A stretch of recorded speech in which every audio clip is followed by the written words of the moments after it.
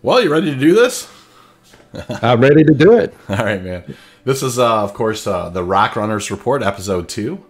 And this is an industrial podcast that Zel and I have decided to just kind of go over some of the things in the verse a little bit, the way that we like to approach them, and discuss just whatever topics that we kind of want to. Mostly focused around industrial stuff, but also gameplay mechanics and other things as well, as we just kind of slide around in conversation a little bit. How you doing, Zal? I'm pretty good. That's awesome. I'm here to report the mole is still broken. That's all we have to report. Thanks for tuning in this evening. Yeah, the mole is definitely still broken, and that's actually kind of throwing a monkey wrench into our standard operations. I mean, we do kind of a prospector breaking team and then a mole scooping team. And part of that is to consolidate kind of the ledger, right, of who is responsible for kind of collecting and doing all the hauling and selling. It just makes it a little cleaner. You don't have, 23 prospectors out there kind of individually like, well, I pulled in 18 SCU, I pulled in 23 SCU. I had a unicorn. Kind of makes it a logistic nightmare in a way where 20 different people are sending money 20 different places, and it's most definitely better to consolidate all that to where you don't have to keep up with all the different things that everybody has to make an individual ledger, and everybody has to go through the list and send money to where's the money go, and it's a lot easier. I think there's also just kind of an optics thing, right? Because if you're also, it's like, hey, I hauled in a uni, hey, I hauled in this, I hauled in that. At the end of the night, you're just like, well, I could have just kept all that. It does create kind of, like if you just kind of crack the things and move on, and the mole comes in and scoops, and it's like that's kind of the organizational collector tool. Everybody just kind of, oh, that's cool. You don't really think about it, right? It's just kind of the way the meta works. But if you haul in like individually, you're like, hey, I hauled in 3 unicorns, and they're, those are, that's normally 750,000. Well, here's your split at the end of the night for 409,000. You know what I mean? Right. It's one of those things. It's interesting. Yeah. It's not. No, we're blessed because our guys don't really care like that. But I could, I could definitely understand in some groups that just wouldn't work. It's funny too. I forgot who somebody was talking to. Somebody we were talking to, I thought, was talking about the way that their other organization does it, and they have like, dependent on if you're a mole captain or whatever, you only give a certain amount of money to the person who finds the rocks, and they have all this deep level system, and we don't do it like that at all. We just kind of and that actually seemed, because we're definitely that all for one and one for all type situation. Although, we do, at some point, are probably going to, actually start kicking back to the org a little bit. That's something we kind of talked about. But, for the most part, and when we were talking, with that individual, they were talking, it was kind of a hierarchy, right? Like, this dude gets, so much more than this dude. And I don't know, it just seemed convoluted. It kind of seemed, I don't know. It just seemed like it would take the fun out of it, Yeah, and different strokes for different folks, right? I mean, I think that's a very successful mining org, and that's just kind of how they do it, right? But I definitely like my preference is when you bring people into the organization, and we're a small, tight-knit group, that, you just go out there. If you have 10 guys and you make 4 million AUEC that night mining, everybody gets 400,000. It's keep it real simple. It doesn't matter if you're the newest guy on, who just kind of, who got into the org, or an old timer or whatever. It just kind of keeps it simple, and it really does kind of, I don't know. I think it does. It actually makes everybody feel kind of welcome.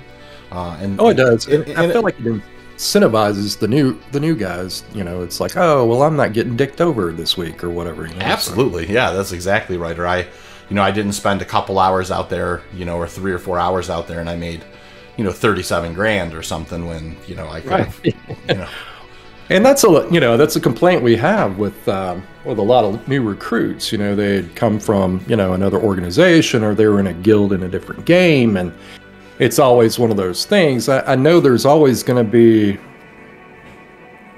some sort of hierarchy to a game.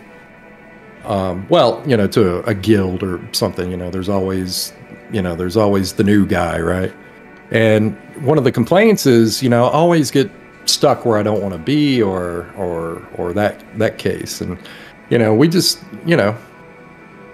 kind of feel like we're trying to be a little bit more welcoming, and come on out and hang out with us, especially on our Thursday nights, because it's an open night. It's the night that we try to get the organ, the whole org involved, and we get out there and we BS a little bit and have a good time. And I think that helps out, kind of like the new guy go, oh, yeah, these guys are pretty cool. So yeah, that's exactly right. I mean, that's just, kind of one of the interesting things, with it is exactly that, it's just, I think we just, like I said, I just think I like the way we do it. I think it's a little more welcoming and yeah. I mean, really, that's really kind of it. I mean, getting people kind of invested and getting people kind of acclimated to the group mechanics, because I mean, collectively you can just do so much more than if you're if there's no question in my mind, like right now, the way the game works, that if you go and put in like tons of energy into solo mining and you just are hyper focused, that you probably per hour would make more AUEC than you could, in a collective, right? There's not unless there's some really crazy ways to make money, but that doesn't necessarily mean the experience is good. You know what I mean? Or better. It's just different, right? I mean, I think actually it's way funner to have a good collective group of guys that are out there. You might not make as much, but you absolutely can do some things. And I'll just kind of mention this one night. I remember we wanted to buy a Cutlass Blue, and we went to buy. We started the night, and at the end of the night, I think we mined for about 4 hours that night. We had 4.3 million. I forgot what we needed for the Cutlass Blue. It was like 2.7 million or something. And so I'm positive that by myself, if I set out to mine that night, there's no way I'm making 4 million that night. In 4 hours. So, that's the thing. Collectively as a group, we were able to, the organization wanted to purchase a ship. We not only purchased the ship, we purchased the ship, kitted it out correctly, put 1.5 million AUEC in the organization wallet at the end of the night. And that's the type of thing that, that's the power that you don't quite understand, when you get people kind of organized in a healthy way and everybody's having a little fun and, just kind of having a few laughs and the time's passing, but people are at least understand their roles and what's happening, and you get into kind of a good rhythm, you can actually make quite a bit of money fairly quickly. Well, and that's the thing, is being with a group of guys, that is, for a game like Star Citizen, it's definitely better to be played, with friends. I could not agree more. It definitely brings the fun level up, to a pretty high degree. Especially when, if all things were aligned and, the server's working great, and we're going to get into that here pretty soon. But, like on our org nights, when, we have 30 guys log on, and getting those together and everybody working together towards a common goal, that's pretty awesome. It is pretty awesome. We had talked about that before, about we've been actually practicing, on using, refueling. And, we're going to be working on a lot more on that, but, having all these guys come in, and I don't know, and it's just an awesome thing to have a bunch of people, working together on something. So yeah, I mean, we've been doing fleet movement stuff, right? It's a little like Battlestar Galactica, or a little like Homeworld. I don't know if you remember that, where you just kind of have this collective group of ships. You have your command and control ship. You have your fighter escorts. You have your refueling ship. Of course, eventually you'll have the other ships that can serve autonomously, like your repair and those types of ships. And of course, the Expanse. I think those. And there's a lot. It's like a huge orchestra. With all sorts of the different pieces that have to play their own part. So organizing all that and kind of understanding the depths of, just organizing the communication and getting everybody in their own communication channels and making sure that, squads can talk to squad leaders can talk to division leaders can talk across the divisions, and just kind of learning all that stuff and making sure that, little things like, hey, if you're wherever the fleet's headed, there's fighters that show up there first to kind of scout the area.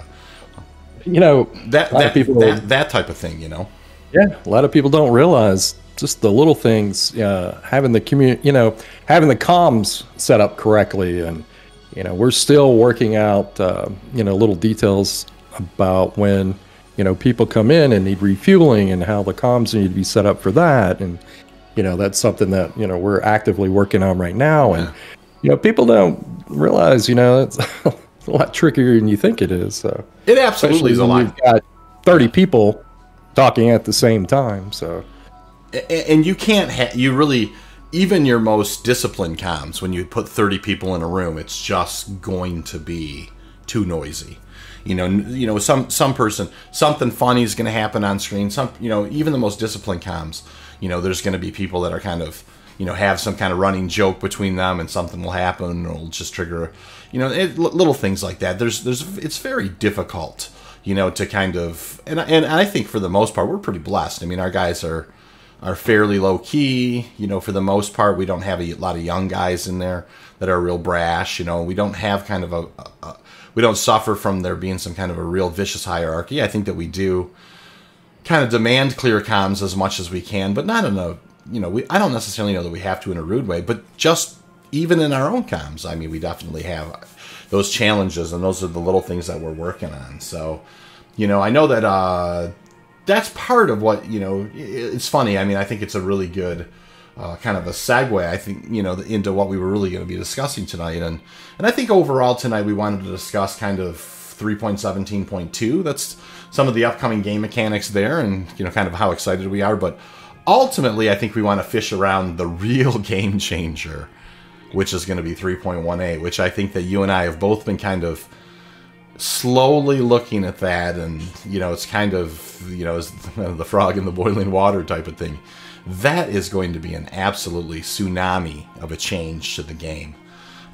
We hope it is, right? Is it going to be one of those things where it's an important part of the toolkit for them to implement? I mean, we're almost getting server meshing, persistence. These are the big things that need to be done in the the zero scale for everything. These are the building blocks, the last few building blocks to actually start building the game out. These are big things. And are they going to be, not to get too into the weeds now, but are they going to be, something that it's a complete game changer at that moment?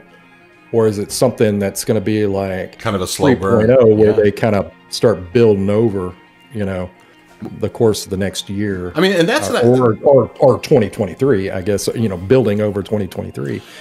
That in itself is an excellent question. That you're posing, which is, of course, like when they first put in building blocks. Just because they had building blocks, that doesn't necessarily mean it proliferated out through all the different areas, and it's still proliferating out.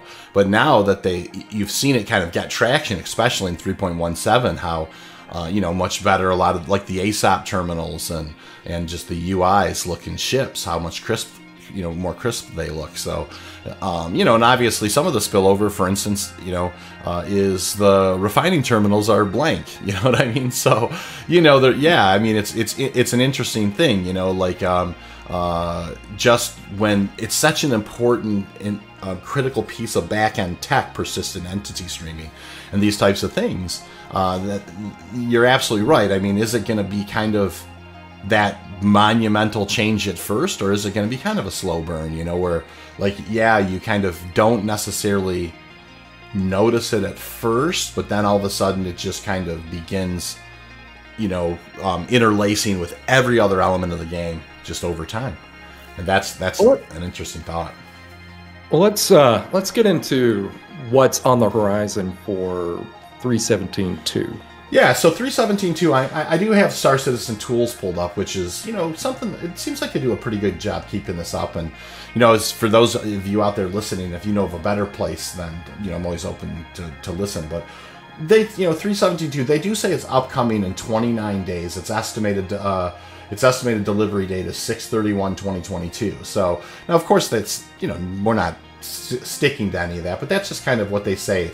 It's estimated to be delivered within 30 days. And of course, the major features, I'll hit on them up first, but then we could probably circle back and go over them, which is the Siege of Orison, which is the new event, the AI planetary navigation, the derelict reclaimers as points of interest, the additional Stanton-Lagrange points, which really is kind of an interesting thing, and then the illegal delivery missions, which are going to be the ones that are kind of where you can gain reputation with criminal factions. So, you know, we'll kind of pivot back to the top of the list. You know, the first thing in 3.17.2, of course, is going to be the Siege of Orison is the first thing they list here.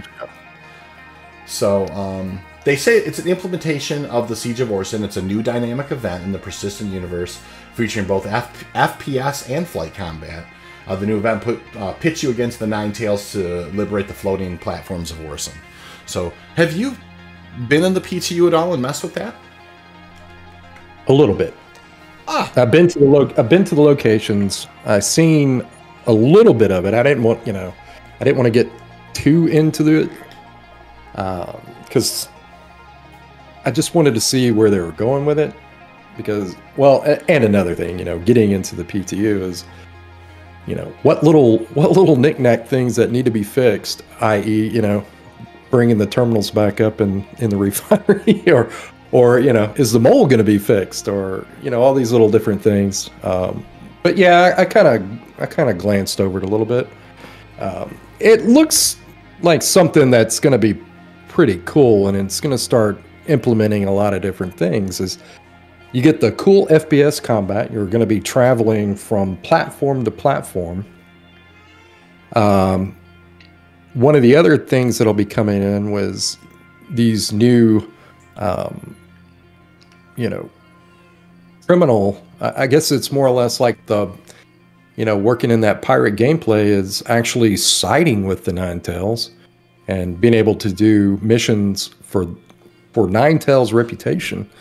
So getting out on that platform, you may see a player character, but you may not want to go across that guy because he just might shoot you, which is going to be pretty interesting. So when you get, I mean, we've always had that, right? Where we start these big dynamic events and people just want to be contrary, right, to whatever's going on. So you always have those folks. But now the implication is that they're actually going to be gaining, you know, rep and doing missions for the Nine Tails. Yeah, more of an active reputation gain.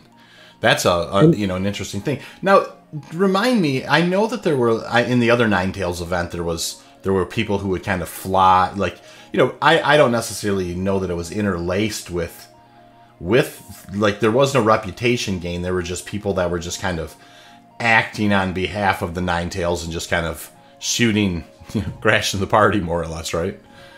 That was basically the way it worked out. And I believe, you know, really I think CIG gets a lot of their ideas from seeing what we do out in the PU. I mean, that's how Jumptown. I mean, yeah, exactly. Yeah, Jumptown. You know, just these events that kind of pop up, just these random things that, you know, it could have been anything. And, you know, the guys get together and they create this event. And Jumptown was one of those where, it was kind of a big PvP battle, and it kind of organically generated, I think, to the original one, right? There was just some, it just kind of happened, right? I think that there was a resource there that you could get, pretty cheap, and it just kind of, it drew in, drew the flies into the honey, so to speak. Yeah. So. And that was kind of the things, and what was interesting to see with the last Jump Town was that, you had the guys coming in destroying the contraband. I called it, we kind of colloquially called it space weed or whatever, so yeah. We went out and we're collecting space weed and taking it back to Crusader or wherever, and getting paid for it, and it was very lucrative. It became really lucrative. So people actually, what was funny, it was a funny dynamic, is that people started becoming more you saw kind of a change. It kind of changed the scope, where people started working together. The conga lines, exactly. It was one of the things where it's like, well, we're all going to get more money if we work together than if we try to keep battling each other. And that became a thing. It actually came to the point where it kind of got a little organized, where there were actually people flying these missions that where they came in, where people were like, well, if you protect the area, we'll pay you for it, kind of thing. And that was kind of a dynamic thing as well. It's where the community came together and started kind of a new gameplay. And the working together was kind of wild, and CIG really didn't. They're like, what? So people started working together and figured out that you got paid more that way. Well, and the reality is, every time I went into combat or on Jump Town, I never made anything. I never made a dime on anything. Now don't get me wrong. I had incredible paying fun. For new armor and exactly. I had incredible fun. One time, I forget who all was there, but we ended up, I ended up on the ground, and I stole this guy's ship, and I used that guy's ship to blow up their Overwatch guy. You know what I mean? And just, it was so much fun. But I didn't make a dime that night. The only time I ever made any money at Jump Town was conga lining.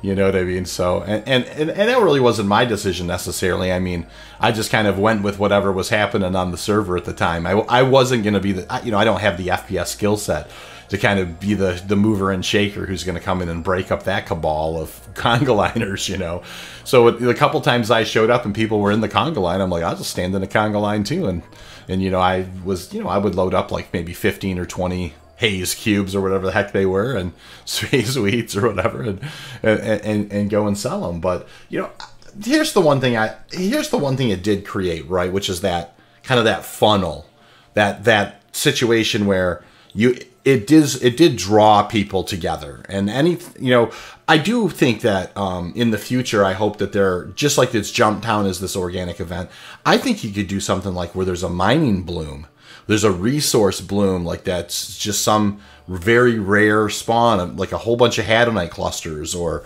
whatever, that have been discovered in this one part, where you get a whole bunch of people who want to get in there, and it's easy money. You know what I mean? It not necessarily easy money.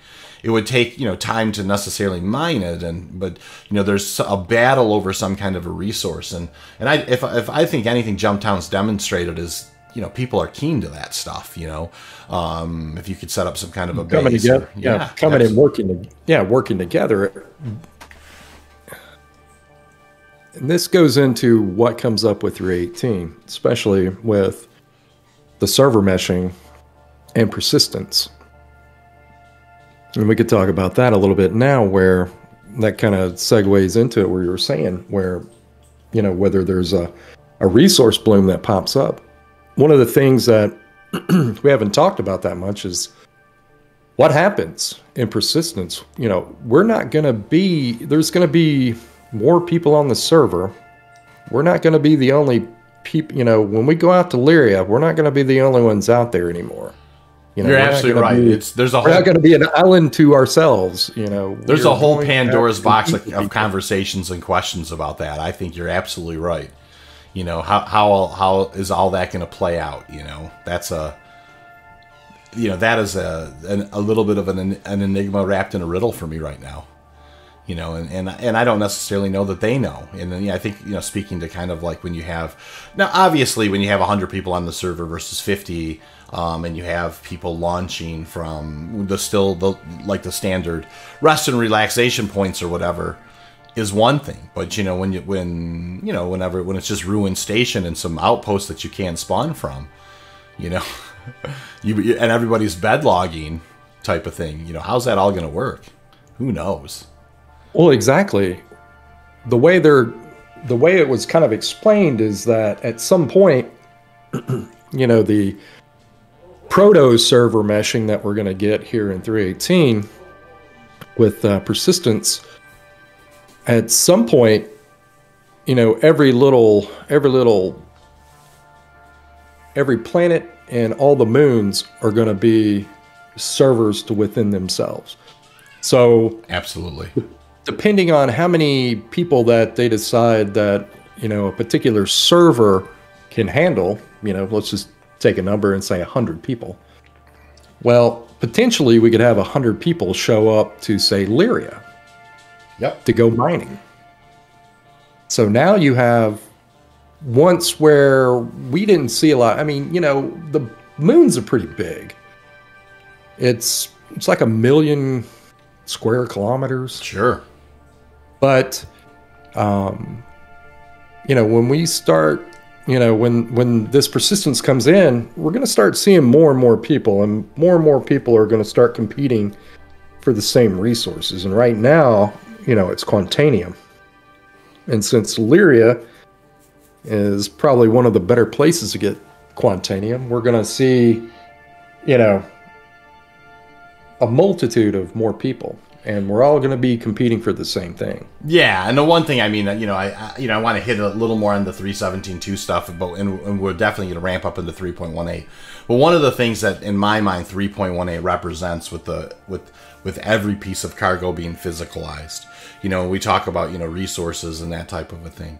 So number one is you have those 100 people, but what if those 100 people all have a cargo ship, and that cargo ship all has 250 SCU of individual boxes on it? It really begins. It's one of those things. I remember playing Asheron's Call in like 1988, where like if too many people got into the same area, it'd like automatically just like teleport you out of town. And in a way, in 2022, we're still kind of dealing with that same issue, right? I mean, like you're saying, a moon is 1 million. Let's just for the sake of argument, say it's 1 million square kilometers or whatever. If you bring all those 100 people to that one point, it is difficult for the server to do all that. Like if 100 people can see each other, the server's got to kind of account for all of the perspectives of that every person's looking. All of the advanced camera controls, all the it becomes kind of exhaustive and exponential. Of the insane amounts of calculations that need to be done. You know what I mean? Oh, it is true. People don't. The one thing with Star Citizen, people don't understand that it isn't like other games where the area gets drawn in as you come in. You have a certain field of view, and the area kind of gets drawn in when you hit that field of view. Right. Star Citizen. Yep. It's always there. Yep. It is physicalized.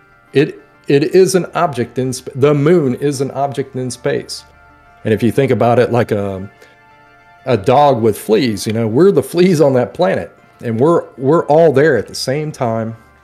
When the server meshing comes in, we'll definitely, there'll be a lot more people, and we're all going to be there at the same time. We're all going to, we're going to all see the same rocks.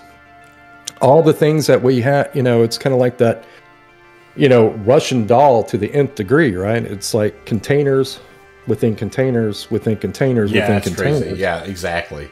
And it's going to be very interesting to see what the limit's going to be. And I don't think they know. I honestly think that's the truth of the matter, right? I think, of course, there's this ever persistent march of technology. GPUs, CPUs, RAM, capabilities, and of course, that's leaving aside some of the more crazy concepts like quantum computing and some of the other things. It is going to be interesting to see like what the limits of, we all know how audacious Star Citizen is. So, I definitely think that they've ran against those limitations now, which is why they've, kind of went back and scrapped some things. And that's why things like persistent entity streaming and those types of things are coming, right? Because they are the best possible tool that they could use. Those things will change.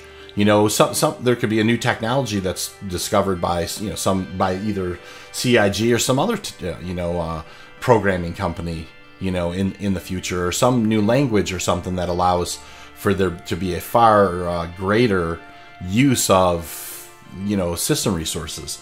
But, until then, you just basically have to slog through the swamp that you're in, And another thing I don't think a lot of people understand as it relates to the development of Star Citizen is that they're creating all these things. It's bespoke. This is not off the shelf. These are innovations. And the reason a lot of this stuff doesn't take so long, we have an idea what we want to do, but, we haven't created it yet. Right. We're innovating these technologies. A lot of other games are not even that close. And I think we're in an interesting age, right? I know my grandfather, for instance, he was a tool maker. He worked for Pontiac Motors as a tool maker. And there was and his generations before him, there was a time when, you had to, before the engines and before these things, and as you got engines and you got these things, and as you got industrialization and you got these things, you had to create the actual tools in order to build the things, in order to have the next wave of innovation come through. And I think that that's kind of where we're at. Star Citizen's really done a fabulous job. CIG's done a fabulous job at presenting everything that they could present to you up to this point.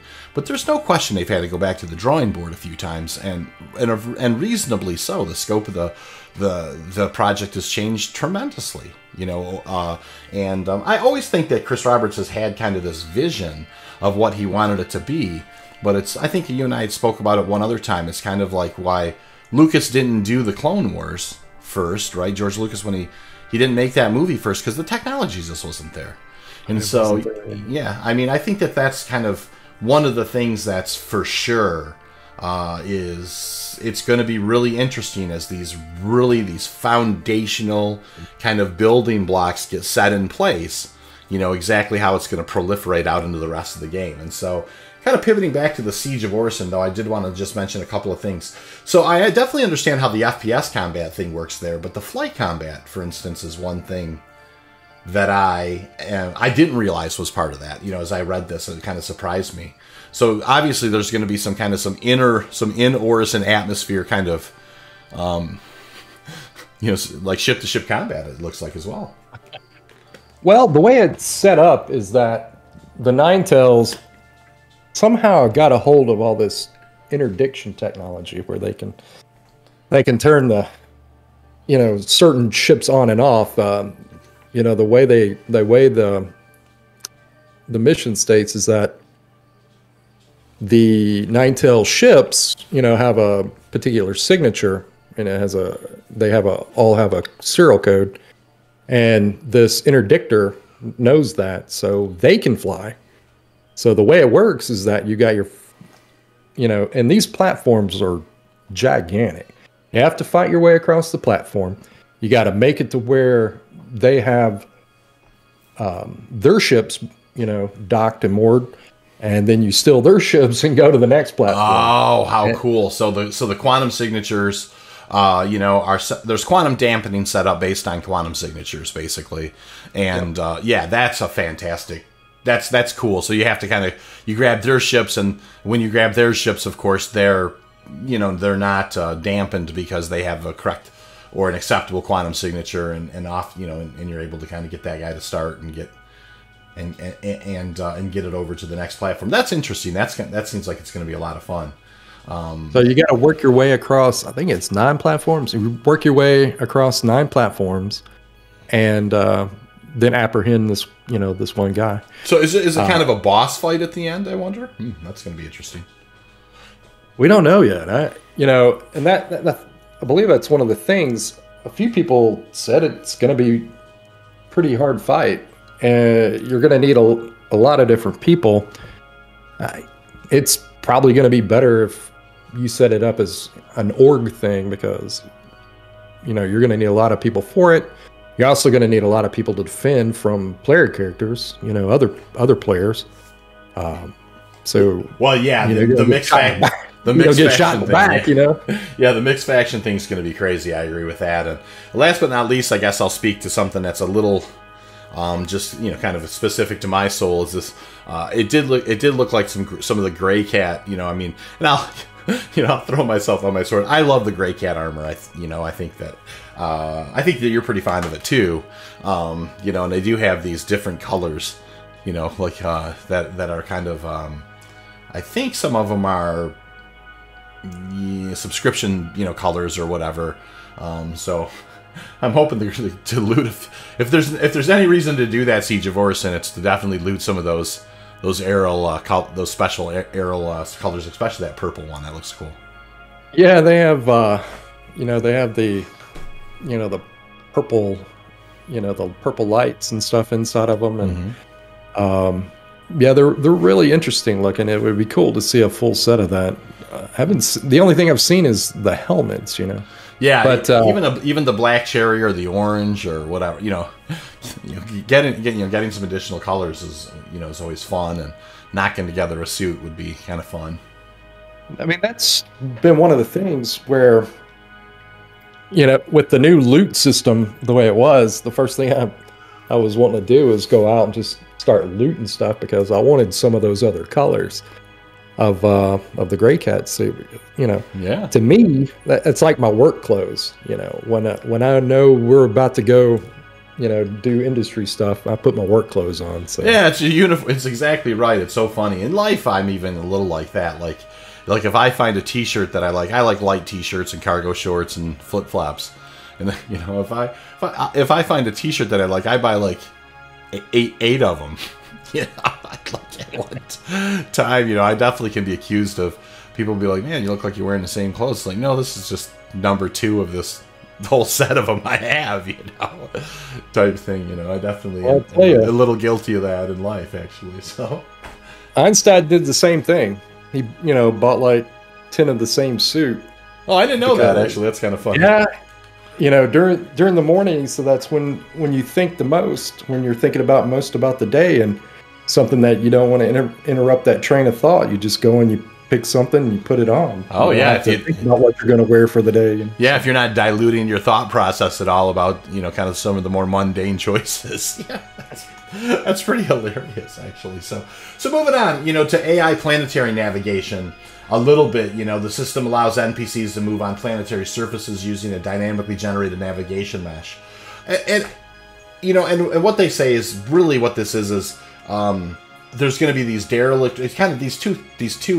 The AI planetary navigation and the derelict reclaimer points of interest are kind of intermingled in 3.17.2 in the sense that the first implementation of the AI planetary navigation will feature reclaimer derelict points of interest. And basically what that means is when you go to these reclaimer derelict points of interest, there's going to be potentially, and I don't know if it's going to be in every case, but there's going to be NPCs there. And not only are there going to be the NPCs there, they're going to be able to work their way around the derelict, and kind of deal with, elevation changes and some of the navigation mesh pieces. And I think that that's going to be something that, eventually, it's like I think you and I were talking about a little earlier, how Quanta, is going to have this situation, a little bit like this, where, Quanta has, let's say, 1,000 people in a system in the background as these bots, like flying to the different stations, picking up cargo, and then flying to another station and selling them. And there's going to be some percentage of that, a small percentage of it is actually going to be physicalized. So, there's going to be, you're going to actually see like a guy land a cat and pick up some things and fly off. That's an NPC type of thing. And so this AI planetary navigation stuff, I think this is more ground-based or more FPS-based stuff. But I do know that they're looking to kind of integrate these nav meshes, between the players and the AI, and so the AI can kind of properly kind of get through things that are maybe complex, like a reclaimer derelict point of interest. So that's... they were definitely working on that where, the NPCs can climb up on things and navigate ladders, and it's going to be scary at some point. I mean, this is very proto. Exactly. With the AI. I mean, but it'll be able to move within within those parameters in the mesh. And so they'll know how to navigate that part of it. At some point, the AI will just be able to, to be unchained, so to speak, and be able to do fully autonomous, and just they'll cross the different meshes and know what to do in every one of them. Yep. Yeah, and unchained is the exact correct word. Oh my God, man, that's going to be pretty wild. It is going to be pretty wild, and I mean, I don't know. I mean, you have to imagine that's a ways off, but of course, all this stuff that are these fledgling things that they're doing in order to kind of open up the larger world. So, yeah, then you have the derelict reclaimer points of interest, and the one thing I'll say about those really quick. Oop, I'm losing you. Are you there? I'm here. Sorry, it sounded like you were fading out there for just a second. We just were in the reclaimer last night. And that thing is enormous. It is really big. You don't realize... Like gargantuan. You don't realize the scale of that thing.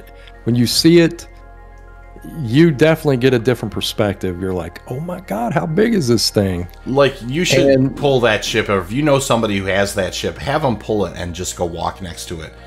And you will be... I had no idea that the scale... I mean, it's otherworldly. I mean, it is insane. Well, put it this way. During our op, I accounted for an hour of getting acclimated to the ship, because after I bought it, I spent an hour myself going over the whole thing, finding all the nooks and crannies and stuff. And I knew those guys were going to be like oohing and on for about an hour before we even got started. I think you could take all 50 people in the server and put them somewhere in that ship where they couldn't see each other. Like around corners and in spots. I mean, it is a huge ship. And I may be wrong about that, but I bet you could get a lot of people in that thing. And you can most definitely could get 50 people in it, no sweat. Yeah, 50 people in it, no sweat, for sure. But you may be able to have them separated out to where they literally could not. They'd be like around a corner in a room, and they can see each other. There's so much room in that thing. It is crazy. So anyways, those the points of interest, like the puzzle, the traversal, the mission things, that the reward. I mean, that is a next level. I mean, it's only really, unless they're going to do some of the capitals, it's really kind of just downscaled from there. I mean, that's a big ship. That is a big point of derelict. So it truly is. And if you've done any of the caterpillar missions, and went and explored each segment of those caterpillars, you think that, that is very time consuming. You could spend 2 hours messing around, just messing in each of those little parts, trying to find loot in the caterpillar, or, if you're doing the mission and things like that. Going over the reclaimer, that's going to be something to the nth degree. That's going to be pretty awesome. Pretty wild, yeah, exactly. I mean, just having, I think, like I said, kind of coming away from the fact that we stood took it for a flight last night, kind of stood next to it. It's a huge ship. So here's kind of one of the sneaky things in 3.17.2 that I didn't quite ever pick up at first, but I've started thinking about it. It's really kind of interesting.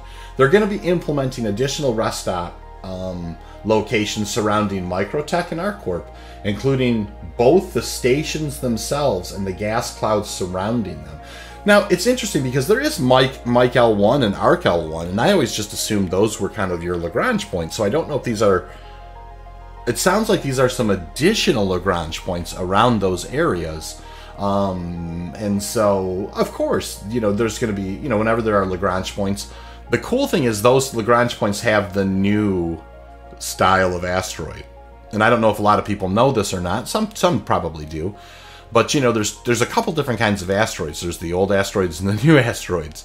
And all the Lagrange points have the new asteroids. So, an interesting thing. And I do think that potentially, of course, depending on where they're located, it will be certainly interesting to see what, whether or not, quantanium or Bexlite or Laranite, Terranite, or what's going to be in those Lagrange points, as far as minables are concerned. If any. And, there's always going to be something. But will they be something, that's worth mining? That's one thing. I guess another thing, too, is with these new stations, are they going to be using, are they developing new tech for these stations where they can kind of pop them out faster? Are they going to be more cookie cutter, or are they going to, they went in, obviously they don't like the cookie cutter approach to things because, heck, they spent time, which wasn't a big deal for me, but they took the time to change out, every med center on those stations. So they weren't all exactly the same. Well, and so even before then, you're absolutely right. They did that, but even before then, they actually went to different ones and kind of took off plates and surface things and kind of tore and made changes to them so they didn't look nearly as the same. And I think there's 3 or 4 different kinds of floor layouts, but then they actually took and on one of them, there'd be a big floorboard missing or something like that, and you could see the pipes there, where in other ones you can't, so they definitely did figure out a way to kind of give them kind of some individual characteristics. You're absolutely right. And of course they did that also with the they did that also with the medical bays. And so it is a good question, have they gotten to some kind of a building block thing that's going to create, just different looking ones? Are they going to, is it going to be kind of a similar floor plans, or are they going to be different? That's a good point, really. Well, they created those tools, that bridge system that they created, where they could take, a lot of those assets and add to them and kind of move them around, where not all of them look the same, but they're all the same assets, where you can, add different aspects to, say you took a module that had a floor plan that had, say, 6 different areas to it. They're able to go in there and manipulate all those little different areas where it doesn't look the same. Yeah. There's probably some kind of a randomize even, where it's just boom, it just takes these, 32 different pieces and pulls 6 out of the pile and sticks them all together in a way. And then you're oh gosh, that looks terrible, or whatever. I'm going to but I like these 3 together this way, so I'm going to kind of get rid of those, and I'll bring in 3 of my own and kind of attach to that part. Because this part of it looks really cool. The rest of it looks kind of janky or whatever, type of thing. Well, it also kind of goes into, because they talked about procedurally generating a lot of stuff in the beginning. Right. But lately, it's all been, this is what we're going to create. Are they going to create all these things? You got to think there's going to be 100 different systems. Are they going to go in and try to build all these things by hand? It's a good question. You know what I mean? It's so strange that you should mention that, because one of the things I've thought about a lot, which I know this is going to go down a rabbit hole a little bit, and I hope it's not too big of a deal, but I've always wanted to be, I've heard this fable of, for instance, when you come across Quantanium, you could leave a box from a mission and go back and it's there, or you could leave a gray cat buggy and go back and it's there, or I know that one time Four and I left a prospector kind of pointing right at a nice rock, and then left for a little while and came back just monkeying around. And every single time I've ever tested that myself, I go back to that spot and there are no longer rocks there. I've never seen them persist. Well, that's kind of a funny thing, and we've spoken about this before too, is that, I've triangulated my own little, we'd find a nice little batch of rocks, and then right before we're about to leave or something, oh my gosh, and take a look at them and go, oh man, here's a cluster that has a ton of great rocks in it. And so you do that little triangulation. You find a waypoint on the map. How far am I away from it? And what's my heading? Then you look, where's the other waypoint? Well, it's right there, and how far away it is, and you make your little triangle, and you keep your heading. It's like basically reversing it. Doing a minus 180, whatever that is, and then coming back. I've done that several times, and they've been there. So. Yeah, that's fascinating to me. I mean, it's so like I actually one time I remember we were in a mole, and in the mole we found like a set of some doublers, and then we found a cluster like 1.1 kilometers away. So just outside of the view range, where you couldn't necessarily see the other rock. And I know that we broke down, there was one of the two of the doublers was a nice rock, but we decided what we were going to do is break that one down first and then go break up the cluster and then come back and just grab whatever was there. And so we broke up the cluster. We literally went back, like, it was almost within visual range. It was just a little over a kilometer. And that rock was gone. Like, everything that we'd broke had despawned, and like it was, just one of those things. So it is interesting. I guess I do wonder if, if it just depends on the server and how much resources it has. Like if maybe there's fewer people on the server, if it then kind of keeps some people's entities alive longer. Like, let's say you have 50 people on the server, and so it only, the thing that you looked at 5 minutes ago, it has to forget because there's 50 people on the server. But if there's 10 of you on the server, like the thing that you looked at 5 minutes ago actually persists for 25 minutes. Yeah. Well, I think in that situation, I think if the rock had stayed hold, it would have been there. Once it got broken up into its little bitty bits, it became something else, right? It becomes something else. It's like opening a loot chest. After you open it up, it despawns and a new one spawns up. That makes perfect sense. It very well could have been very specific to the fact that we broke that rock down. Yeah. Try this little trick. Take a water bottle, stick it, because the server's trying to clean it. And something else we're going to be speaking about, because the server's going to start, the server tries to clean itself up. When people run out of the hospital and throw their hospital gown on the ground and stuff like that, right? It'll despawn it after a while. Same thing with you take a full water bottle that you hadn't opened up, because it recognizes how much is in the container. Mm-hmm. And once you break the seal, then it thinks it's been used. So you take a water bottle and you can sit it up there. It'll stay there for a long, long time. You take a water bottle, drink it completely down, sit it there, and it despawns in about 5 seconds. So, there is tech in the server right now. I mean, they've put stuff on the back end to make that work. Yeah. So when, persistence does come in, they say you'll be able to go stick XYZ somewhere on some random planet, by a tree or whatever, and come back days later and it'll still be there, as long as no one came along and picked it up and took off with it. And that's the dream, really, right? I mean, for me, like and everything's always just all roads lead back to my dreams with a lot of these conversations, for me anyways. And it's one of the, I really long for the time when I can go out and tag this rock, tag that rock, tag that rock, tag that rock. And then when we actually start the mining night, it's like, here's your list of waypoints,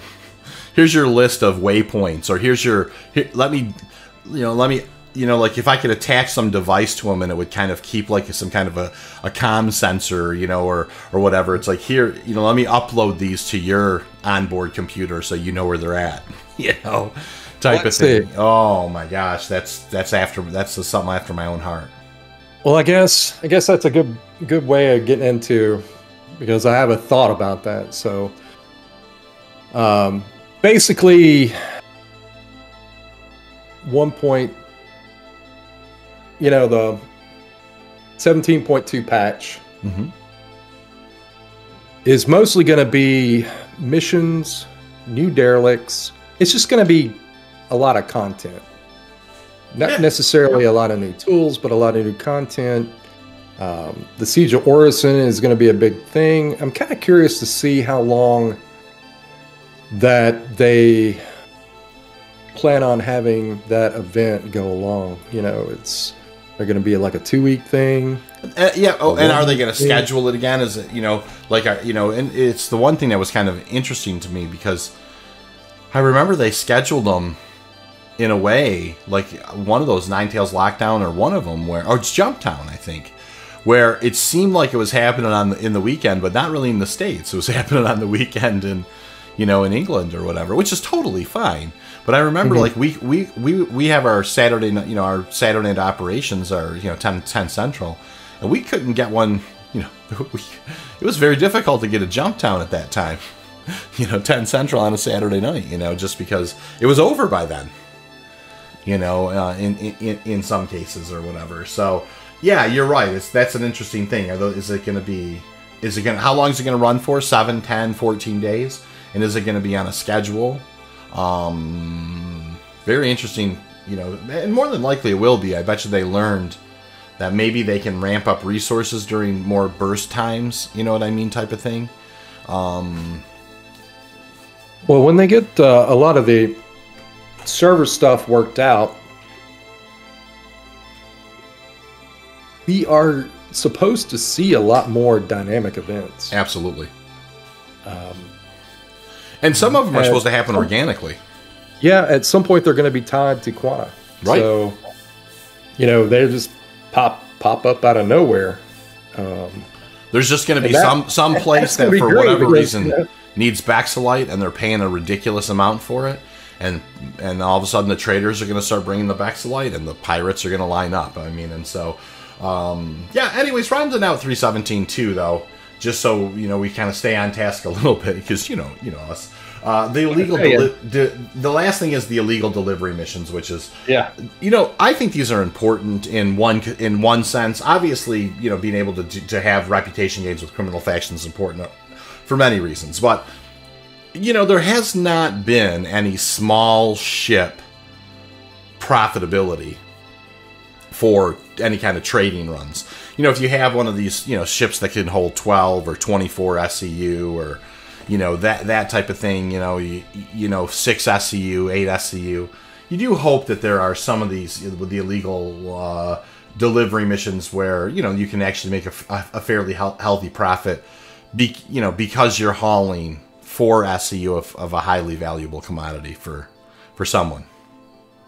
That's one of the things that they definitely need to look at. And, I would speculate that this would be kind of a step in that direction, is when these illegal missions come in, is it, are they going to make it worth their while, right, for someone to do it, because a lot of times, and I'll just be honest, I've seen a ton of missions.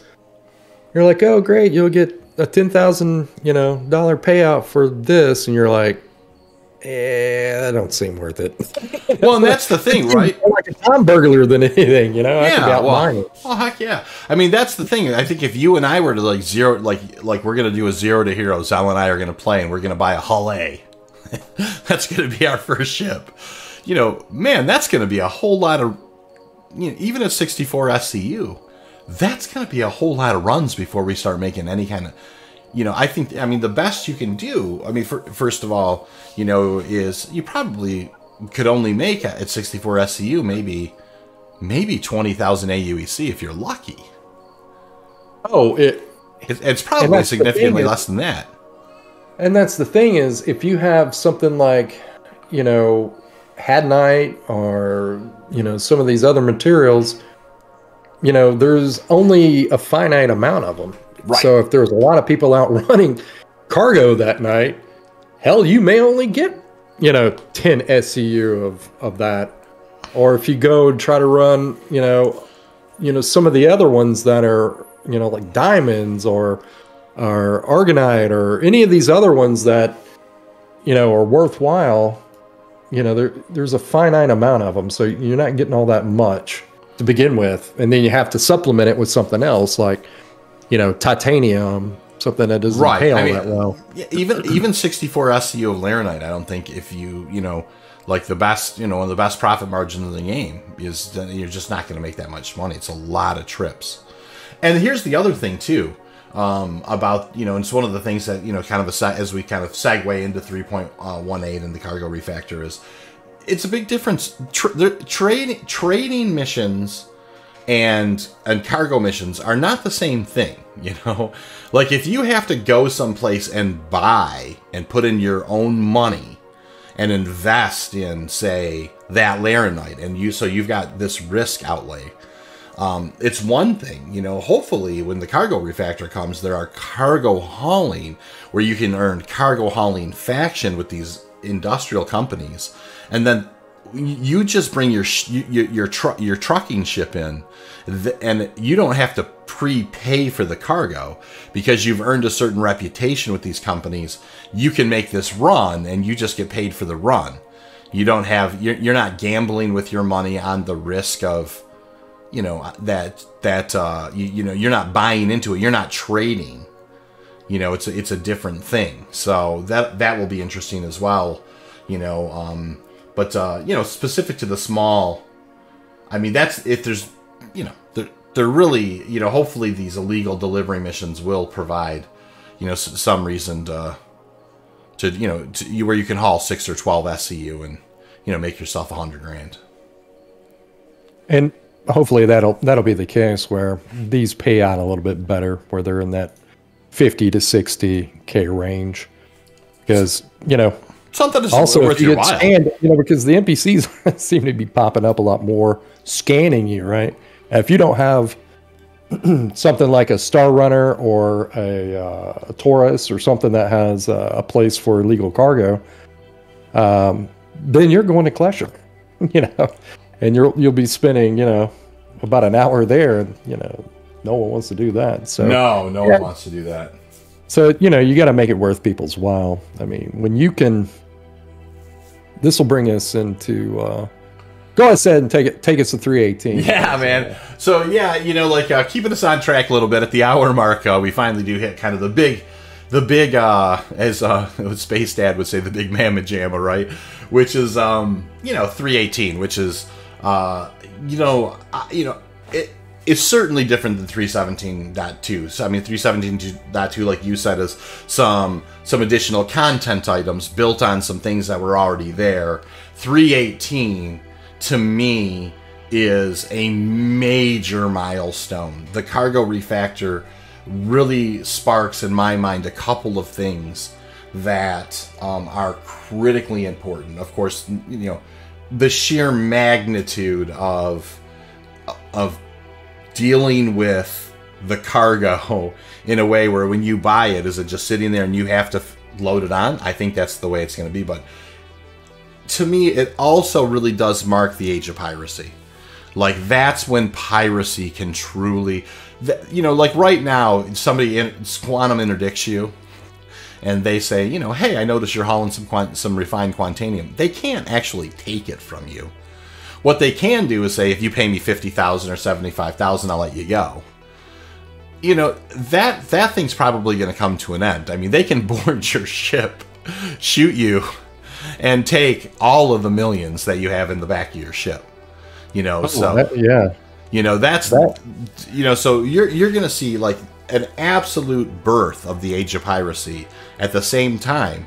And it's because that people are going to be able to interdict you and take whatever it is you have back there. So you're going to start seeing a whole different kind of gameplay loop. It's not going to be smart to fly from Arc L1 to ArcCorp.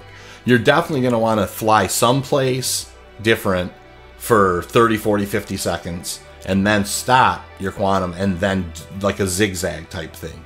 You're going to want to kind of, you're certainly not going to want to fly a lot of straight lines. Like, for instance, you might fly towards Microtech and then stop halfway through and then head towards Hurston if you're flying from ArcCorp. It's just, I mean, it's just, and this is just the tip of the iceberg. I mean, I'm just as we first begin to introduce 3.18. It is going to be something that does change up the game quite a little bit. Of course, with that, you know, you have everything else that comes along with it. You know, and so you're thinking about, especially when if it relates to, you know, the gameplay that we like. Are these people? Is it going to be a true piracy thing? Is it people, you know, actually going to, you know, try to take your stuff and sell it? Or is it, you know, just another one of those things where, you know, people just blow you up? Well, and, kind of thing. Yeah, well, I'm sure there's going to be a mixed bag of all that stuff. But the first major thing in 3.18 that we're speaking of is the cargo refactor, right? The physical, like every single box is physicalized. Every single box there's a snap to grid on your, in all the ships where, depending on the size of the box, you can actually load it and put it in its own spot. It's not like stacking boxes now where it's kind of janky. They stack kind of on top of each other, but they're loose. You're actually going to be able to kind of, just like you see them kind of magically appear in the back of your ship, you're going to be able to actually build those cargo, and so, lots of questions begin there. Is the external cargo going to be faster than the internal cargo?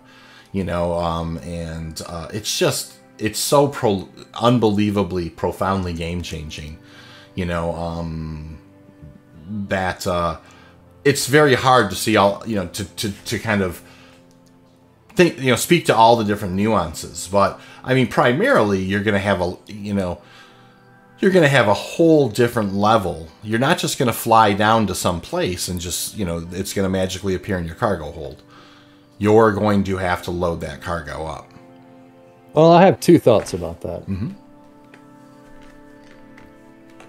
Loading the cargo, is it one of the things? Are they going? Are the boxes going to snap together, or is it one of the things? Well, we got to get it to try to stack on top. I believe they're going to snap. What's your ideas on that? They said that it's supposed to be a snap to grid, and if it's not a snap to, that would be a disaster. If it's not a snap to, that could be a Jenga nightmare, and then of course how things kind of, heck, ships have been blown up because things have been loose in people's belts. Yeah. Where they literally are doing, every time this thing moves in your belt, it's doing 1 damage to the ship and then eventually blows it up. I mean, we've all seen like what goes on when cargo gets janky in the back end of something, or ships do. So it's gonna need, it's gonna need some kind of a snap to situation where once they're there, you have to tug at them pretty hard to break them out, almost like when a magnet snaps, kind of thing. That's always the way I envisioned it, being kind of like magnets, because the bottom of the floor, the way they say that works, and you can see the magnetic plates inside the cargo hold right now. The cargo hold's bottom is magnetic. That's what holds it into place. Yep. So that's the way I always envisioned it. And I guess another thing too is, if you say you're going to fill up a C2, how long is that going to take? Well, that's exactly right. I mean, and so, here comes what you hope is the tractor beams, right? I mean, so, not only do you have the handheld tractor beams, but you have the bigger size handheld tractor beam potentially. And then there's the ships that have the tractor beams, the 315P, the Taurus, I believe the Cutlasses have them as well, kind of over the back, there's some of them that have the, I forget what you call that slot or whatever, like I forget the name of it, but it's, you know, it's not a weapon slot. It's a, you know, it's kind of a tool slot. You know what I mean? Where you for the tool that you can attach. You know, so that kind of also brings us into the talking about, you know, the mule in the room. Yeah, and the mule. So, yeah. So, you know how. Hey, by the way, did you buy one? I did not buy one. Did you? I did. Not for the mule, but for the LTI token. For the LTI token. Yeah, you know, I thought about it for the LTI token, you know, myself. I did not buy one. I do think it's cute, and I do appreciate the fact that they made it the same size as the ROC. So, you know, and actually, I don't know if you caught that video where, like, you can actually pull that thing forward into, like, a Cutlass Black and actually turn around, like 360 mode. I saw that, yeah, where you can actually move around inside a Cutlass Black. You can actually pivot 180 and point your way out of it, too, you know, so you can kind of drive in and drive out of it. So I thought that was actually kind of cool. But it does seem to me like there's no lift on that thing. So it only seems like it would only be capable of doing, like, the first row. Well, yeah. I don't understand that. You know what I'm saying? No, I don't either.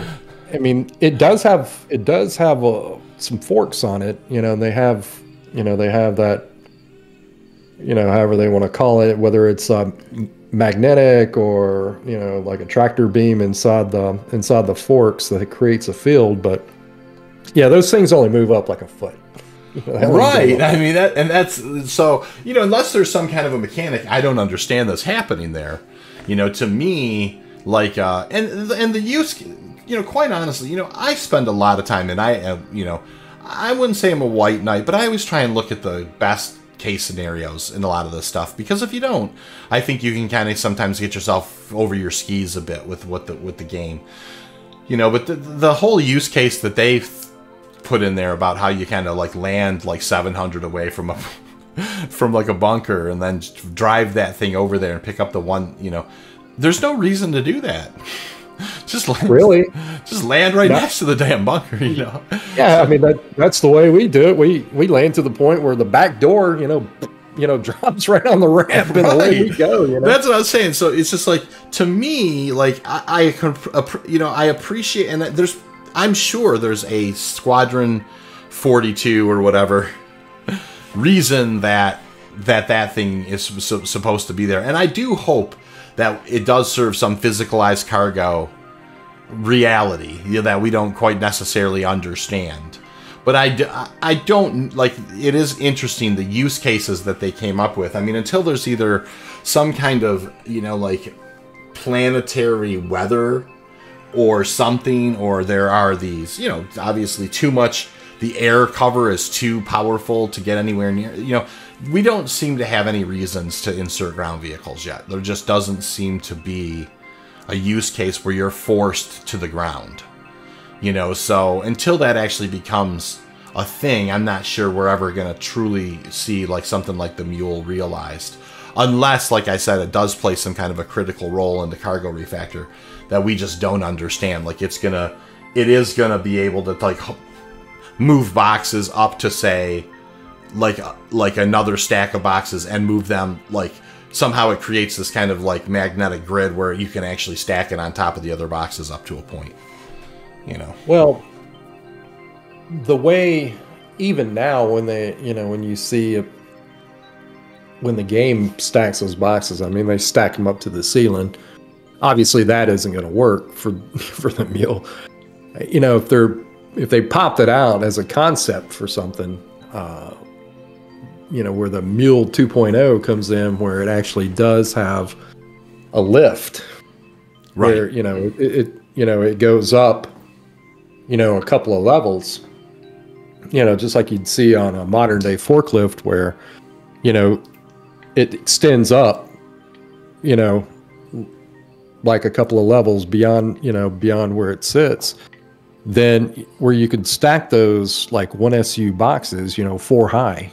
When you can do that, then that would be worthwhile. Yeah. The way this thing works is, it's like the only thing that people say, oh, it's pretty cool. I mean, it drives pretty good, but it's not, it's not very useful. No, and I think you and I are all about pragmatism when it comes to things like that, and it doesn't seem pragmatic. I think that's the real drawback, in that situation. And I don't know if you've stood next to, like, if you have a C2 load, of laranite, if you happen to ever do that, it's tall. Okay, it's much taller than your character. It's way up there. It's not, that's not a small, that mule would have to you'd have to have two mules stacked on top of each other to put it at the top of that thing. So, they'd have to be triple deckers or something, So yeah, and it's an interesting, it'll be interesting to see how that stuff pans out. And I'm sure a lot of it is going to be tractor beams, but here's the one thing, I mean, and one thing that we don't know, obviously there's going to be physicalized cargo in 3.18, but we can't necessarily say, like, if you pull down your C2 to, say, a mining outpost and you buy like 692 SEU of titanium, it's, where's it going? Is it really just going to appear magically on the pad and you have to kind of move each individual box? Yeah, in 3.18.0, is it going to be like that? We don't know. I mean, there still could be a situation where it's physicalized and people can steal it, but they don't have all of the like box moving tech in that they want, and so it still is magically appearing in your cargo hold. Because, well, when you go to those, if you think about it this way, is it gonna be like you were saying on the pad? Because when you go to these these different points, you do see a bunch of cargo stacked over on the side. Oh, interesting. And so are you going to have to go all the way over there and move however many SCU of cargo that you purchased and move it from where they have those stacks of cargo all the way back over to your landing pad? And a use case like that, then something like the mule would be pretty cool, but it would have to be set up a little bit better where, it was like a flatbed truck where you could load it up and, move, about 40 or 50 SCU of things to the cargo hold, because that's going to take forever to load all that stuff up. Yep. Well, and don't put it past CIG to be modular, right? Just like they have the Ballista and the Spartan. Yep. But this comes into, this adds other implications is, are they going to make cargo hauling worth your while? Because, what we've been talking about thus far, if we do have to move, all that physicalized cargo, that's going to take, quite a bit of time. Heck, an hour or more just to move all that stuff into your ship. You're absolutely right. I mean, and you think about it. I mean, it's a very interesting concept that you're bringing up, because that's why outposts are outposts, right? And like deep water ports are so important for your country, right? I mean, because you have these different places where you can actually moor the ships and bring them very close in, and then of course you have all this massive, think about the massive equipment used to like pull off the shipping containers, and that type of a thing. I mean, these outposts just aren't going to have that stuff. So, you're absolutely right. It's going to be very interesting. Like they don't have like these kind of like these T-towers that sit at those places where, with a boom arm that swing. But you have these big crane systems that's moving everything over, right? And put them on your, put them close to your vessel. And not to say that stuff might not ultimately show up. But, the question is where are we going to be in 3.18.0? And it's tough to say, but like you said, I mean, that could very well be a situation where, heck, I mean, pirates are just standing around waiting for you to pay for the stuff, so it just becomes physicalized sitting on the ground right there. Yeah, how's it going to work out? I mean, are people going to start camping these? Well, that's exactly right. A guy's, exactly that. You know, like sitting there with like a scope at 500 meters, kind of wait. Oh, yeah, guy just landed. Okay, just bought the stuff. Everybody fly in. You know, that's right. You know, and the way it is right now, I mean, wow, there is a lot to think about, because the way it is right now, you still, even though you have an armistice zone there, you're still like, you're always looking when after you get into your ship, man, you're like looking in the skies, who's around, you know, you always shut the door before you go pick up cargo, because you don't know who's gonna, you know, sneak into your ship or whatever. And you know, you're always keeping your eyes to the skies. You're like, all right, who's sitting outside the armistice zone? You know, who's waiting on me to take off? That is going to become a thing, because people are just going to, you know, after you've taken an hour to load your daggum ship up, you know, people are going to go, yep, all right, there's some dudes leaving. Because, you know, it's going to be worth these guys' while, you know, and how's that going to work out, kind of thing. Well, and that's what I, you know, I keep kind of coming back to, in my mind, you know, like I said, the physicalized inventory definitely means the birth of straight piracy. You know, we had kind of extortion before. We had indiscriminate killing and meets extortion. Some flavor of that, you know, griefing, pad ramming, or whatever, you know, I mean, you know, I don't get too lost in all that stuff, but definitely just kind of extortion. Like, you want, hey, do you want to fly over there and sell that stuff for $750,000? Yes. All right, well, pay me $73,000 and I'll let you go. Okay, there's your $73,000. All right, I'll let you go. Which, you know, to be honest, I'm okay with. Oh yeah, I'm totally okay with that. And if you get, you know, if you get the Errol Flynn types, man, you know, they come in and say, hey, you know, give us a little bit of this and we'll be on our way, and, you know, with a happy smile on their face and take off. Okay, I'll be okay with that too, you know. Yep. But I mean, and maybe, you know, maybe the actual, you know, because I was saying, well, you know, hey, I mean, people will just steal all the cargo. Maybe the actual act of moving that cargo is going to be so... It's going to be daunting. Yeah, so time consuming. Maybe extortion will still kind of, you know, be the normal play, you know. I mean, hard to say, I guess, you know, kind of circling back to that. Yeah, I mean, because just because they have the cargo doesn't mean that they have the manpower or the will to want to sit around and move it. They'd rather be pirating people. That's the thing is, and also too, that leaves them vulnerable. Because first thing we're going to do is call the org, and they're going to come and mop them all up, you know. So yeah, I mean, they would definitely have to move off to a quieter part of the verse for processing. You know what I mean? So yeah, that's going to be very interesting. So, you know, that's the cargo system refactor. I mean, obviously there's, and I'm sure as we continue our conversation through the rest of these major things in 3.18, we'll be constantly circling back to that. But there's so many different, you know, like we talked about cargo hauling faction, you know, whether or not you're going to have, you know, not trade missions, but cargo hauling. You know, the faction provides you the cargo, so you don't pay for it in advance. And then, you know, tractor beams and every piece of cargo being physicalized. And, you know, how that's going to lead into piracy. But, you know, of course, the next thing is a major part of 3.18 is Salvaged tier 0. So the first implementation of Salvage into the persistent universe, which includes hull stripping as well as repair. See, that's the one thing that I don't think people, like, including myself, realize. It's hull stripping and repair. So does that just mean hull repair? I think so. Hull stripping and hull repair. It will include, you'll be able to fill in bullet holes. You know, I think that's about, you know, about the extent of it. I don't know if it's to the point of, you know, being able to replace a wing or an engine or, you know, these things, or is it going to be more superficial, just enough to kind of have you flight ready, but not necessarily like a full repair? Yeah, I don't think it can. I mean, like, let's say you're flying around in your, you know, in your Arrow and you lose a wing.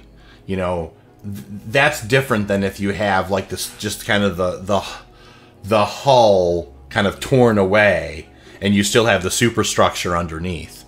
You know, because what we've seen is the Pyro multi-tool with that salvage attachment kind of, as it's doing hull stripping, it's just like kind of atomizing the hull into some, like we talked about earlier, some kind of a goo, or who knows, what is it exactly going to be? Just like some kind of, atomized, synthetic, synthesized process or whatever. And then you'd imagine like the arrow that landed with when it just had like kind of some bullet holes in it, like was your example, or like a piece torn back. They actually can just take that pyro multi-tool and the stuff that they've collected and just spray that thing down. And I hope that it doesn't look like like it just rolled off the assembly line, type of thing. But but it does patch it in a way that's it can kind of get you back to at least the level of flight characteristics that you're used to. They did say it's just will leave like a raw metal look, and something they said in the ship Q&A the other day that should be coming with 318 is when you're when Persistence comes in, they're also going to be working on the ship components. And then when the ship components are ready to roll, then, gone are the days of the ships just atomizing when they blow up. Right. These things, the way you disable a ship is more or less a component gets hit and that disables the ship. It's, non-functional at that point. It's just not going to be, yes, you can, it can get to the point where it gets, broken off in bigger pieces, but it isn't just, when your HP reaches 0, it just isn't going to explode. Right. And that's when, that's when it's going to be probably more, that's when that part of the gameplay is going to be more useful, because then you can kind of go in and repair those little bitty, the damage is going to be different. The way the damage is set up now isn't necessarily the way it's going to be in the future. Right. When you shoot, say, we'll take the arrow for example. If you shoot that arrow a couple of times, in the side, you're going to start ripping holes in it. And those holes will be physicalized, and to make make it space worthy again, you're probably going to have to fill all that in. So when you repair the component, whatever went down, whether it's a shield generator, your power supply, your coolers, whatever it is, your drives. Once you repair those, then you'll have to kind of fill in the holes that got blown into it, so it's more space worthy, and then that's the way it's going to go. And then you're going to take it somewhere that you can get it fully repaired, like an aileron or something got blown off, right, and you have to go and get that repaired or get that replaced. And but yeah, the implications of all that stuff, that's what excites me. These, it's not going to be now, but I mean, just think in the future when we get out to, these, as salvage gameplay works, or even repair gameplay works, and we had spoken about this too, is, when all the persistence is there, and we can go to all these exotic new places, is going out and finding these old derelicts, and or you come across like an old battle somewhere that happened years ago, right? And like an old, like a big space battle. So they have all these, big capital ships and things like that, where they're like off a planet somewhere, and you go and you find them, and you salvage these old parts. But say there's a javelin, or like a bangle or something that it's not that bad of a shape, and you start, they have said this, a lot of these ships, they're only going to be acquired, if you go out, find them, and repair them. Yeah, and that to me is crazy. Yeah,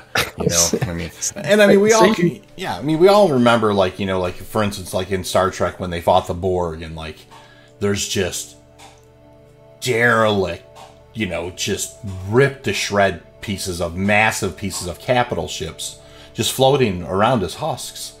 You know what I mean? And so yeah, I mean, you know, are they going to have some things like that? I mean, you know, it's an excellent question. I mean, you know, like, and I don't expect it in 3.18.0, but at some point, you know, but, you know, even if you, like, because, you know, of course, with Salvage, you have the Drake Vulture. I mean, is there going to be some kind of a mission that you pull with the Vulture that says, hey, there's this derelict you can go, because the Vulture does something, you know, obviously we know the Pyro tool atomizes, you know, like stuff and creates, and then it just kind of, you know, it atomizes, it unatomizes, you know, it kind of, you know, fills in a gap or whatever. You know, and I will venture, you know, I hate to use the word disappointment because, you know, but I did, when I seen the Vulture kind of in action with like these weird lasers on the front of it, just kind of hitting that kind of, I was a, you know, ultimately I always think of Salvage as a little more of crunching and not just kind of a laser. Exactly. I'm holding my opinion until we see how it really rolls. You know, because I'm with you a little bit. I'm like, huh? You know, I don't want to use the word disappointment because it's probably too strong, and I don't necessarily know that it's a done deal. But to me, like, it was always like, I understand the Vulture's kind of a small, you know, salvage ship, so there's only like certain, like, you'd line up those pincers on either side of something and it would kind of crunch it up. But however that works, right? You can see that it clearly creates some kind of SCU boxes out of the back. Are those scrap? Are those, you know, what are those? You know, what is going to be the commodity? Is it going to be like I said, is it going to be scrap? Is it going to be, so then you're going to just kind of, you know, kind of pull a mission, go kind of chew up a hull, and then have, like, you know, 24 SCU of scrap that you take over to the scrap yard. You know, it's hard to say. I don't know. You know, that's the thing. I mean, that's why we're... Well, I kind of do have a little light on this. Sure. Yes, it is going to be scrap. And here's something else that you're going to find very interesting. If you remember, the Expanse also is refined scrap down into its basic materials. So think about taking the Vulture out and salvaging a ship. You get the scrap, you take it to, you know, you drop it into the Expanse, and then it breaks it down into its base form. Yeah, you know, maybe that's some aluminum, some. Yeah, something. Yeah, that's very interesting. So, you know, and of course, you know, we understand that hull stripping is just the first part, right? That has nothing to do with kind of, you know, going to some huge floating junkyard, like kind of derelict junkyard of floating ships where there's been this huge battle, and being able to go through those and, like, you know, it's like, holy mackerel, I just found an XL1 drive on this thing, or holy mackerel, I just found this or that. You know, there is that whole gameplay loop that I know people have talked about where, you know, you use like the reclaimer to kind of pull components out of derelicts, and then you take those and you move and they're damaged, some of them or whatever, and you move them over to the Crucible and use the Crucible to repair them, and then you take them from the Crucible over to the Endeavor, and then the Endeavor can, like, overtune them or overclock them or actually get them running optimally or whatever it is, you know, potentially upgrading them somehow, and then, of course, using your BMM to sell those things, you know, which would, you know, I mean, obviously that's like heaven in a gameplay loop in my mind, you know, that there's a lot of fun to be had in that, but you know, I think we need to temper our expectations. 3.18 is going to be, you know, stripping hulls and repairing hulls, and that's it. I think that's where our expectation is, right? That's why we jump to this is going to open the door for all this new stuff. Absolutely. And that's actually where we're at. And, you know, I'd like to kind of emphasize something, and we probably didn't say it because somehow we got on a Debbie Downer about, you know, the cargo refactor, and it's really an exciting thing. yeah, we started on this kind of like this pirate thing, and then we kind of made it sound a little negative, and it really isn't going to be. Oh yeah, that if that's how we made it sound, and if you've gotten to this point and think that there's anything less but pure joy in the fact that the cargo refactor is coming, I sure hate. About 20 minutes ago, and going, man, I hate these guys. I hate to like, it makes me want to pull this excerpt out and just kind of put it at the beginning of the podcast. I don't know that you could have two more guys that are more thrilled about the cargo refactor. I love the idea. I'm really stoked about that cargo refactor. No, it is so exciting. All these things, and we started a lot of these things out, and I guess we kind of had try to kind of take it with a kind of tempered expectations kind of idea, but honestly, I mean, these are the things that really get us excited about for the future, and these are the last major building blocks of the game, and then after that we just feel like the game is gonna accelerate at such a pace, and we're just so excited about it. And the physicalized cargo, that is going to be interesting to see how all that plays out. I'm cool one way or the other about it. I'm ready for something. Yeah, I definitely. I'm excited about loading ships. Oh yeah, well that's exactly right. Basically, and I'm excited about. I know that this may sound crazy because I always, I constantly claim, I'm a sheep among wolves, but I'm totally stoked for the piracy aspect of it, because that's going to open the floodgates for players. I mean, that's going to be, you're going to have, if the profits are there on either side of the aisle, if the profits are there because you're working together industrially, and when you have this industrial, you work together, you have the security forces, and you're able to accomplish your task, you're very profitable. That's a win. If it's that you kind of spend your time kind of understanding how these industrial organizations move, and you've spent your time kind of planning, how you're going to interdict these things, and get that, and get yourself a piece of their action. I welcome that as well. I hope that there definitely should be no misunderstanding about how, I think both of those are positive. Unequivocally. As the biggest thing, the thing about Star Citizen, right? The game is based on preparation.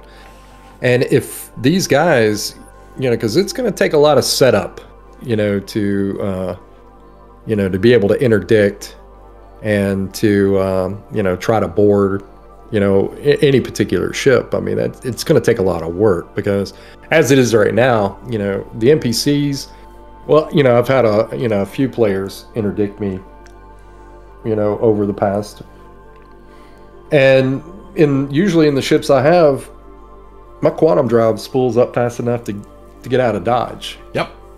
Before they even get to it. I know the Mantis, can keep that field up, and you can't, spool up your drive. But that also takes some timing too, because it only has a certain bubble that you have to be in for it to do that. Even we were messing around with the org the other night.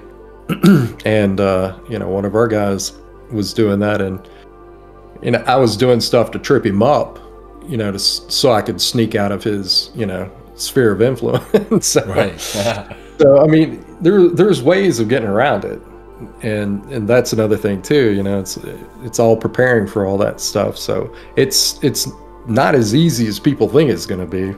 That's for sure. Oh no, and I mean, and then of course, just as much as from an industrial standpoint, as you spend kind of learning the logistics of moving boxes, learning the logistics of of how to deal with contingencies or whatever, you are absolutely going to fully understand where the choke points are in your ship, and where it will cost pirates their lives trying to get to you. a significant amount. Now, if they're smart, I mean, they're going to have, kind of a carrot not terribly far away, and they'll just keep after you and keep after you till they can get it. But I mean, it was never easy, like, in the age of piracy, it was never easy for a ship to pull up next to another ship and for you to take command of that thing. Nobody handed over the reins, you know what I mean?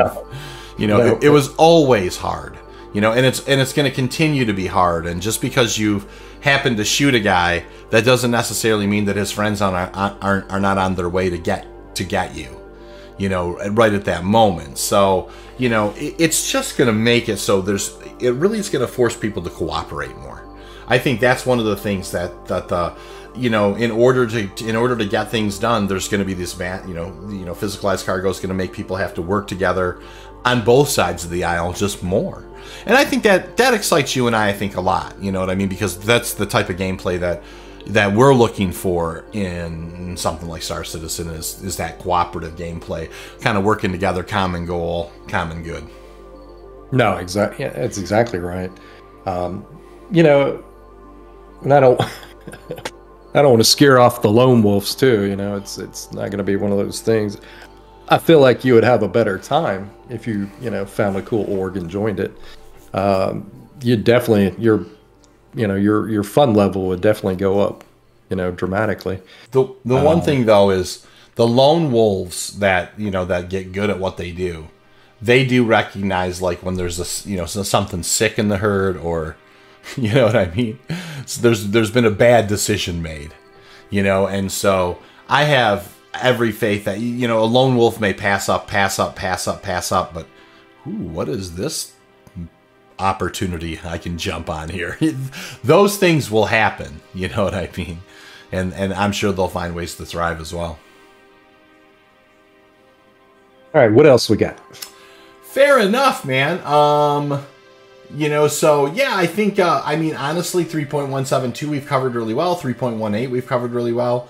I think we've really hit the major things, kind of the cargo refactor, the salvaged tier, the Drake Vulture, and the Pyro multi-tool. Those are the big ticket items for 3.18. And the upcoming date for that, the estimated date for that, is earlier than, I think you mentioned that it was like the 1st of September. Yeah, they listed here as 8/30/2022. So sooner than for whatever reason, I assumed it was probably going to be right before, what is it, IAEA. I figured they would probably drop it around then. But, it may be before then. I mean, it may be right around, kind of 1st of September. And, well, that just doesn't seem that far away, man.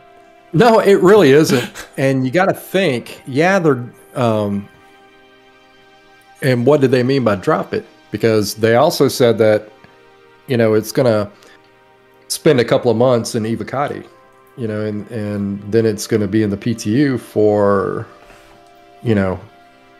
a little while, to work out the finer tune it and things like that. So, exactly, from my understanding, it was going to be close to September. Yep. When they put it in the Evocati, but I hope the fact that maybe maybe that's what they mean by upcoming here on there, is that that's the date that it goes in, that they're trying to get an Evocati, which would be 8/30. And if it's an 8/30 in Evocati, then you're going to go 9/30, 10/30. That is going to put it closer to that kind of Thanksgiving-ish launch type of thing, where it spends a couple months. It almost, this is such a monumental change.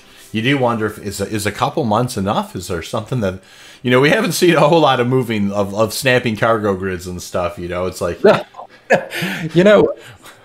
but you would think that, they've already run persistence. Right. They have a couple of servers and they've run it and they say, yeah, it works.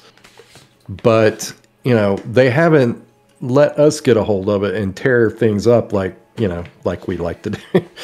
It's one of those things. Is it going to be, how's the server going to work when, do something weird like,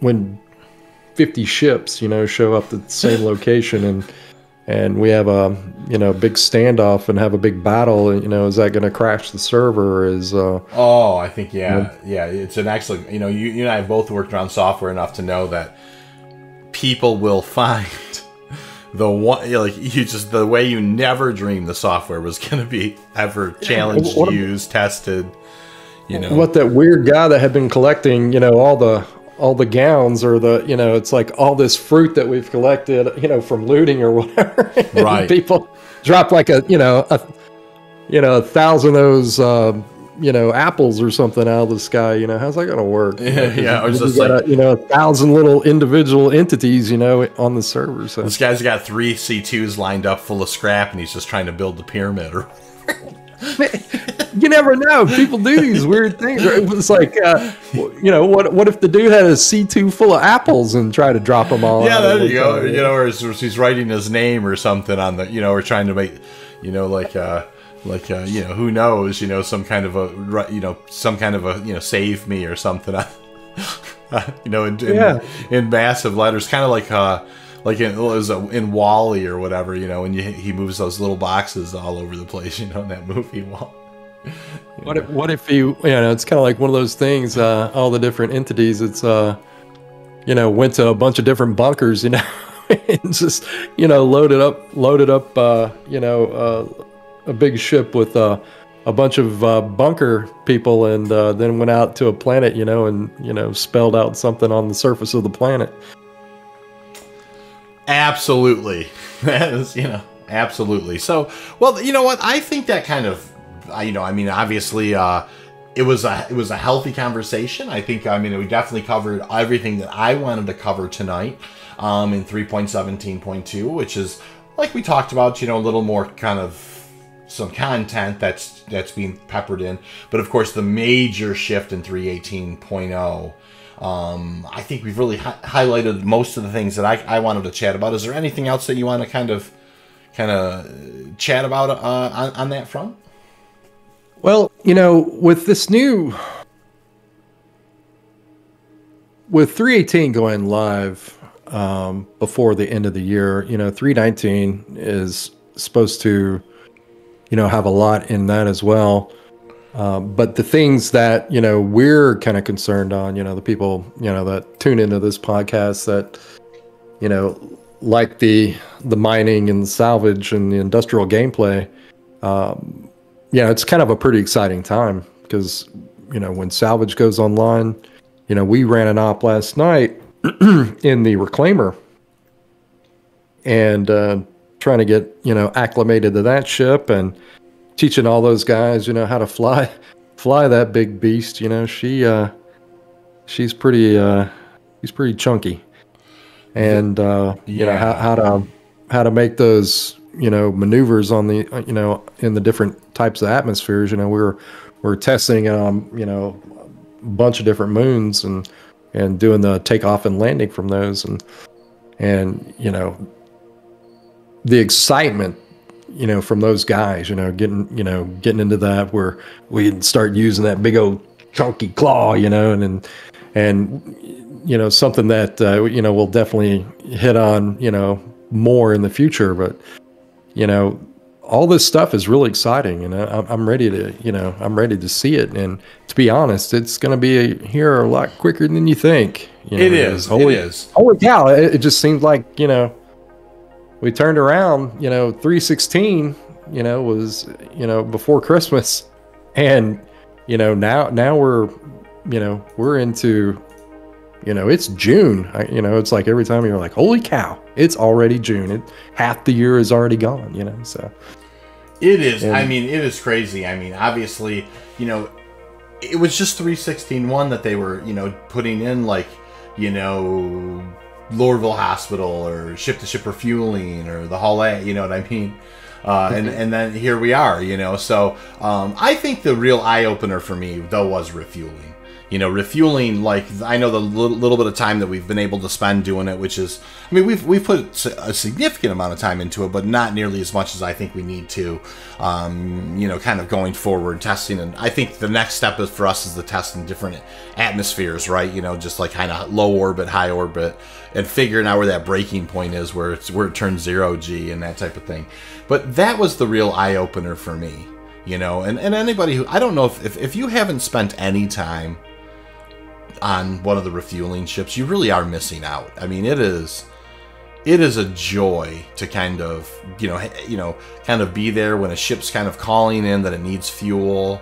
The process of it lining up behind the refueling ship calling, kind of, and then just using the UI to kind of select the proper tanks and to make sure that you're not necessarily overspraying the stuff. And I mean, it's a lot of fun. I mean, that is an absolutely super fun game loop. And I think the risk is too great. There's, obviously if you kind of kit out your Starfarer with all the fancy tanks and nozzles and then spend, boy, I'd hate to think of what you'd have into kind of filling it all up, but probably damn near $500,000, if it's all quantum, then it's going to be about a little over 700,000. Right.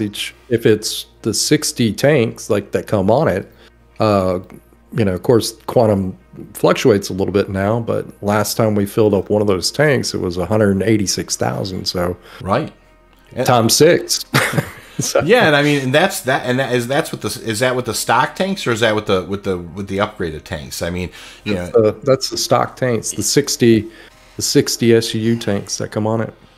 So it's just, I mean, who wants to? It's a dangerous thing to just like fly around with that thing with, loaded for bear, being kind of the remote gas station or whatever, just because, if you do that long enough, eventually people are just going to blow you up indiscriminately, just for the fun of it. You know what I mean? Yeah, just for the lulls. But it really is, and I guess that's the thing. It really is, engaging gameplay. And it's something that, we could, spend a whole podcast talking about. I agree. Sure. I mean, I really am, like I said, that was the real eye-opener for me. And I think that's what's kind of led us to, or at least led me to kind of really consider how, you get these, you get persistent entities streaming in place, and you get the cargo refactor in place, and you get your salvage tier 0 in place. And we're just one step closer. And it's not that far away to this, this really, really incredible world and vision, and where this cooperative gameplay is really just gonna, just be next level. It's so much fun. Oh, it really is. I mean, there was topics that, I could have pontificated on for 2 more hours, just on salvage alone. And I know we'll be touching upon that, at some point. And, because, I mean, all the things that, I can imagine, it's going to be really cool. It's going to be really cool.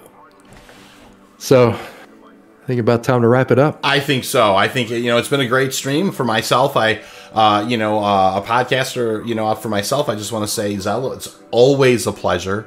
I really enjoy these conversations. I think that they're super fun. They are the one thing I'll mention. So if anybody is listening at this point still, they're very organic. We just kind of turn on the recorder. We don't really have any script narrative at all. We just kind of go off the dome a little bit and just kind of share kind of what our thoughts are, kind of in the raw. In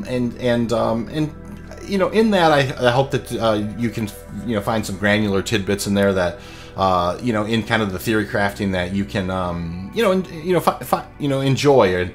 And I know that we've had some positive feedback. The last thing I do want to say to anybody out there who's listening is, please, if you have things that you want us to talk about, if you have some things that you want to share, if you were to say comment on, there's a good chance that I would be happy to kind of bring something up that was commented on one of the streams and mention it, kind of going forward. So that's me. Anyways, I'll sign out, and I'll let Zel take it away. Yeah, guys, make sure that you like, subscribe, and please comment. I mean, because we really want to know, where you guys want us to take this. It's a fun journey for us, and we definitely like your feedback. So make sure that you do subscribe, you do like this, and next week we'll see you Wednesday on the Rock Runners Report. Good night, everybody. Night.